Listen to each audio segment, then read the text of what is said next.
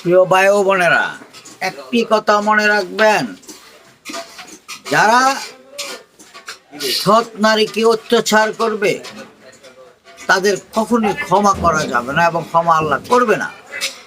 তাদের প্রায়শ্চিত্ত অবশ্যই ভোগ করতে হবে।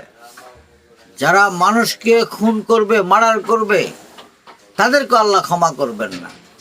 তারা কখন না কখন তারা এই প্রায়শ্চিত্ত ভোগ করতে হবে।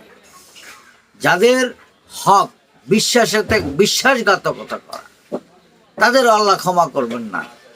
এগুলো মারাত্মক অন্যায়। আপনি ছোটখাটো অন্যায় করবেন, আল্লাহ ক্ষমা করবে, কিন্তু এসব অন্যায় এগুলো মারাত্মক অন্যায়। দেশদ্রোহিতা, দেশকে অস্থিরতা করা, আপনার ইশারা দিয়া মানুষকে মেরে ফেলার, ভালো মানুষকে শাস্তি দেওয়া, এগুলো মারাত্মক অপরাধ।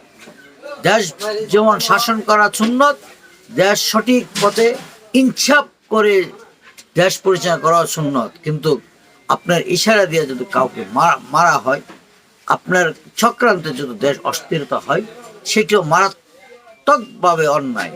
সেইটাও আপনার বিবেক বিবেচনা করতে হবে। প্রত্যেকটা মানুষ হিসাব করতে হবে। সৎ নারীকে কখনোই আপনি অত্যাচারী করতে পারবেন না, মার্ডার করতে পারবেন না। এগুলো আল্লাহর হক। আপনার দ্বারা যে কোনো ক্ষতি হয়, তাহলে এগুলোর প্রায়শ্চিত্ত আজ না হয় কাল এমন প্রায়শ্চিত্ত হয়, যে প্রায়শ্চিত্তে শেষ করা যাবে না। মানুষ অবাক হয়ে যায়। চোখে অনেকেই দেখেছেন, আমরাও দেখেছি। আমি বলবো, দয়া করে এখনো সময় আছে, শুধরে যান, সবকিছু হিসাব নিকাশ করে চলো।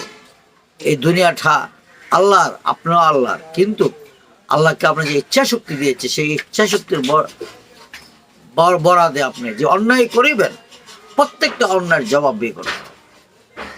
ভালো থাকবেন।